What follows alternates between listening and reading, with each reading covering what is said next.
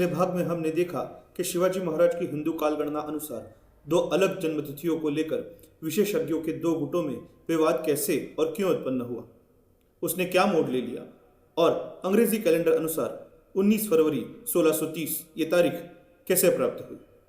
अगर आपने पहला भाग नहीं देखा है तो पहले वो देखिए, जिसकी लिंक आपको डिस्क्रिप्शन में मिलेगी।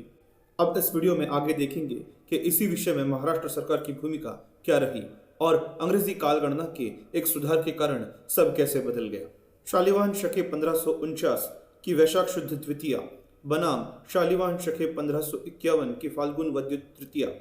इस विवाद का कारण यह था कि वैशाख शुद्ध द्वितीया के पक्ष में जो विशेषज्ञ थे उनके पास सबूतों की संख्या ज्यादा थी, जैसे कि रायरी बखर रचना समय 1770, 91 कलमी बखर रचना समय 1780, तारीखे शिवाजी रचना समय 1780, चिटनिस बखर रचना समय 1810, मराठा साम्राज्य की छोटी बखर रचना समय 1817, शिव दिग्विजय बखर रचना समय 1818, नागपुरकर भोसले बखर रचना समय 1822, शेडगांवकर भोसले बखर रचना समय 1854 और फाल्गुन वद्य तृतीया के पक्ष में होने वाले विशेषज्ञों के पास जो सबूत थे उनमें से शिव भारत रचना समय 1665 से लेकर 1673, राजाभिषेक शकावली रचना समय 1674, जेधे शकावली रचना समय 1695।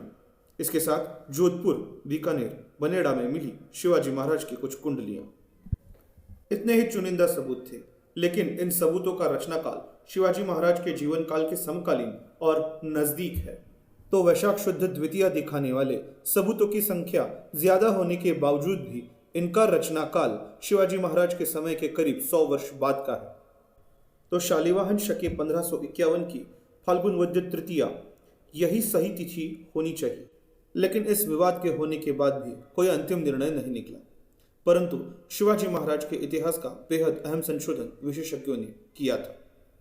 आगे महाराष्ट्र राज्य के निर्माण के बाद 1966 में महाराष्ट्र सरकार द्वारा एक नई समिति का गठन किया गया। इस समिति के सदस्य थे द वा पोद्दार, नरहर फाटक, डॉक्टर अप्पासाहेब पवार, गणेश खरे, वासी बेंद्रे, ब मो पुरंदरे और डॉक्टर मोरेश्वर दीक्षित। इस समिति का मुख्य उद्देश्य था शिवाजी महाराज की जन्मतिथि पर हुए विवाद का समाधान ढूंढना। इन सदस्यों में श्री फाटक और श्री पवार, जिनका मानना था कि शिवाजी महाराज की जन्मतिथि थी वैशाख शुद्ध द्वितीया शालिवाहन शके 1549 यानी कि 10 अप्रैल 1627, और अन्य सदस्य फाल्गुन वद्य तृतीया शालिवाहन शके 1551 मतलब 19 फरवरी 1630 के पक्ष में थे। इस समिति का एक तिथि और एक तारीख पर एक मत नहीं हुआ। जब तक कोई अहम सबूत नहीं मिल जाता तब तक वैशाख शुद्ध द्वितीया शालिवाहन शके 1549 इस पुरानी तिथि पर ही शिवाजी महाराज का जन्मोत्सव मनाया जाए, ऐसा निर्णय साल 1967 में तत्कालीन महाराष्ट्र सरकार द्वारा ले लिया गया। आगे 2 दशकों बाद 1996 में भारत इतिहास संशोधन मंडल के वीद सरलश्कर, चिन्ना परसुरे और निनाद बेडेकर जैसे फाल्गुन वद्य तृतीया का पक्ष लेने वाले विशेषज्ञों ने महाराष्ट्र सरकार से गुहार लगाई कि शिवाजी महाराज की जन्मतिथि पर निर्णय लिया जाए और उसके लिए एक नई समिति का गठन किया जाए। फाल्गुन वद्य तृतीया को शिवाजी महाराज की जयंती मनाई जानी चाहिए या नहीं, इस पर विशेषज्ञों का क्या कहना है, इसके बारे में 1 महीने के अंदर सरकार को बताएं, ऐसा निवेदन अखबारों में दिया गया। तो करीब 10 विशेषज्ञों ने फाल्गुन वद्य तृतीया इस पर अपनी मुहर लगाई और हिंदू कालगणना के सही तिथि अनुसार शिवाजी महाराज जयंती मनाने की शुरुआत हो गई। परंतु 1999 में महाराष्ट्र में सरकार बदल गई। कुछ सुधारवादी, पुरोगामी विधायक और इतिहास अभ्यासकों के कहने पर नए सरकार ने तिथि को छोड़कर अंग्रेजी तारीख के अनुसार शिव जयंती मनाने का निर्णय ले लिया, क्योंकि अन्य भारतीय त्योहारों की तरह शिवाजी महाराज जयंती भी ग्लोबल होनी चाहिए। यह हेतु अनुसार उसी वर्ष से 19 फरवरी के दिन शिवाजी महाराज जयंती मनाने की शुरुआत हो गई।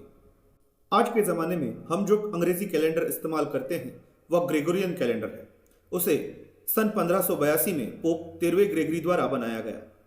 इससे पहले जूलियन कैलेंडर इस्तेमाल होता था, जिसे रोमन सम्राट जूलियस सीजर ने बनवाया था। उस जूलियन कैलेंडर में कुछ त्रुटियां थी, जैसे हिजरी कैलेंडर 355 दिनों का है और इसी वजह से रमजान ईद हर साल करीब 10 दिन पहले आती है, वैसे ही ये जूलियन कैलेंडर भी 355 दिनों का था, उसमें भी 10 दिनों की गड़बड़ी हो रही थी। तो इन त्रुटियों को दूर करने के लिए उस जूलियन कैलेंडर में कुछ तारीखों को छोड़कर उसमें बदलाव किया गया। उसमें सुधार करने हेतु सन 1582 के अक्टूबर महीने में 4 अक्टूबर के बाद सीधे 15 अक्टूबर तारीख ली गई और 10 दिनों का फर्क मिटाया गया। इस कैलेंडर को इटली और फ्रांस ने सबसे पहले अपना लिया। इसके करीब 170 साल बाद अंग्रेजों ने 1752 में इस ग्रेगरियन कैलेंडर का इस्तेमाल करना शुरू किया। अंग्रेजों ने भी 1752 के सितंबर महीने में 2 तारीख के बाद सीधे 14 तारीख ली। बीच के 11 दिन छोड़ दिए गए और जूलियन कैलेंडर की कमियां दूर कर दी गई। हमने पहले भाग में देखा था कि गणेश सखाराम खरे ने जो खरेजंत्री तैयार की है उसमें हमें शिवाजी महाराज के काल की अंग्रेजी कैलेंडर अनुसार तारीखें समझ आ गई है। वह खरेजंत्री भी पुराने जूलियन कैलेंडर अनुसार ही तैयार की गई है। तो जूलियन से ग्रेगरियन कैलेंडर के इस बदलाव के कारण आने वाला 10 दिनों का यह अंतराल शिवाजी महाराज के इतिहास का अध्ययन करते समय हमेशा ध्यान में रखना चाहिए। उदाहरण के तौर पर देखें तो अफजल खान वध की जूलियन कैलेंडर अनुसार तारीख 10 नवंबर 1659 है, तो ग्रेगरियन कैलेंडर अनुसार तारीख आती है 20 नवंबर 1659। शिवाजी महाराज के राज्याभिषेक की जूलियन कैलेंडर अनुसार तारीख है 6 जून 1674, तो ग्रेगरियन कैलेंडर अनुसार तारीख है 16 जून 1674। तो आज इस्तेमाल होने वाले ग्रेगरियन कैलेंडर अनुसार शिवाजी महाराज की जन्म तारीख आती है 1 मार्च 1630। खगोलीय शिवकाल नाम की एक पुस्तक पढ़ने को मिली। इस पुस्तक में शिवाजी महाराज के जन्म से लेकर उनके महानिर्वाण तक की महत्वपूर्ण घटनाओं के वर्णित समय अनुसार जो भी ग्रहों की स्थिति उस समय आसमान में थी उसे देखकर हिंदू कैलेंडर की कौन सी तिथि होनी चाहिए और उसके अनुसार ग्रेगोरियन कैलेंडर की कौन सी तारीख होनी चाहिए, इसकी सटीक जानकारी दी गई है। इस अभ्यास के लिए स्काई मैप प्रो 8 सॉफ्टवेयर का उपयोग किया गया।